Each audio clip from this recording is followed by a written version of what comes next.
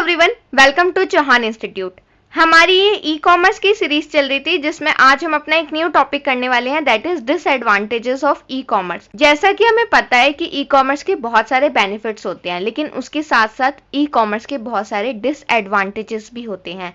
जैसे कि इसमें हिडन कॉस्ट होती है, नेटवर्क की अनरिलायबिलिटी होती है, difficult in transition, lack of security, system and data integrity, system scalability, corporate vulnerability, customer relation problem, logistic problem और copying of ideas by competitors. तो ये सारी डिसएडवांटेजेस हमें ई कॉमर्स के थ्रू होती है। आइए समझते हैं ये सब डिसएडवांटेजेस क्या है। सबसे पहला डिसएडवांटेज है ई कॉमर्स का हिडन कॉस्ट।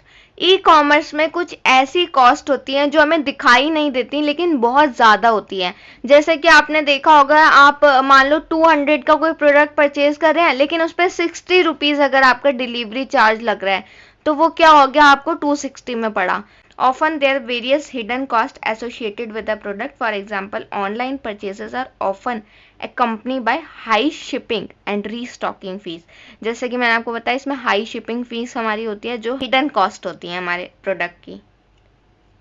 नेक्स्ट है हमारा नेटवर्क अनरिलायबिलिटी। नेटवर्क अनरिलायबल है, कभी भी नेटवर्क चला जाता है ना, आप अपने प्रोडक्ट को ट्रैक नहीं कर पाते।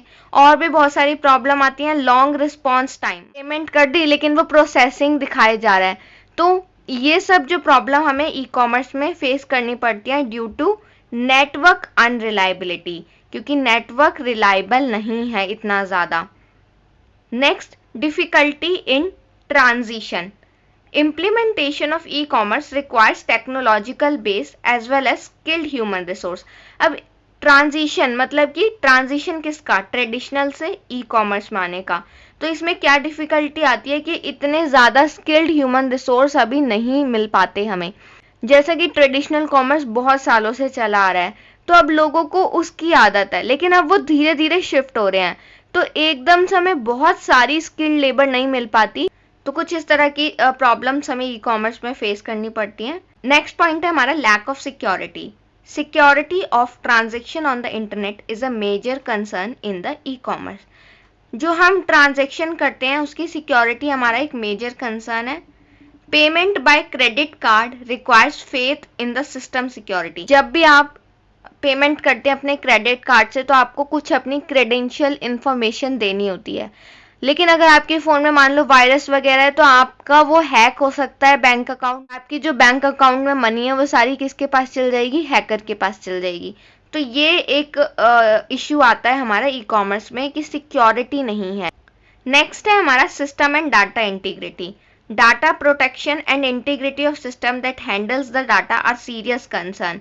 अब मान लो बिजनेस जो ऑनलाइन कर रहे हैं उनका डाटा सब ऑनलाइन है, तो अगर किसी ने उनके सिस्टम में वायरस डाल दिया, हैक कर लिया, तो उनका जो पूरा डाटा है वो किसके पास चला जाएगा, हैकर के पास चला जाएगा।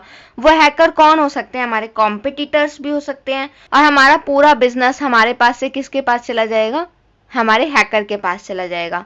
तो डाटा की इंटीग्रिटी भी हमारा एक मेजर कंसर्न है ई कॉमर्स में। नेक्स्ट है सिस्टम स्केलेबिलिटी। सिस्टम स्केलेबिलिटी क्या होता है, जब हमारी वेबसाइट पे बहुत सारे कस्टमर एक साथ आ जाते हैं तो वेबसाइट पे रश हो जाता है, जिसकी वजह से उन्हें बहुत सारी प्रॉब्लम फेस करनी पड़ सकती हैं। नेक्स्ट है कॉर्पोरेट वल्नरेबिलिटी। वल्नरेबिलिटी होता है मतलब कि असुरक्षित। ई कॉमर्स में आप क्या करते हैं, अपनी सारी इंफॉर्मेशन को आप ऑनलाइन डाल देते हैं, चाहे वो प्रोडक्ट की डिटेल्स हो, कैटलॉग की हो, प्राइस लिस्ट हो, या कोई भी अदर इंफॉर्मेशन, ठीक है। और वो क्रेडेंशियल इंफॉर्मेशन भी कई बार होती है। तो कॉम्पिटिटर्स हो सकता है कि आपकी उस इंफॉर्मेशन को चुरा लें या फिर हैकर्स हैक कर लें। तो कॉर्पोरेट वल्नरेबिलिटी भी एक हमारा मेजर कंसर्न है ई कॉमर्स में। Next, customer relations problem. Customer के साथ हमारा रिलेशन कैसे खराब हो सकता है ई कॉमर्स में, अगर हम शिपिंग डिले कर दें, हम उसका प्रोडक्ट उसको देर से दें। Merchandise mixups and website crashing.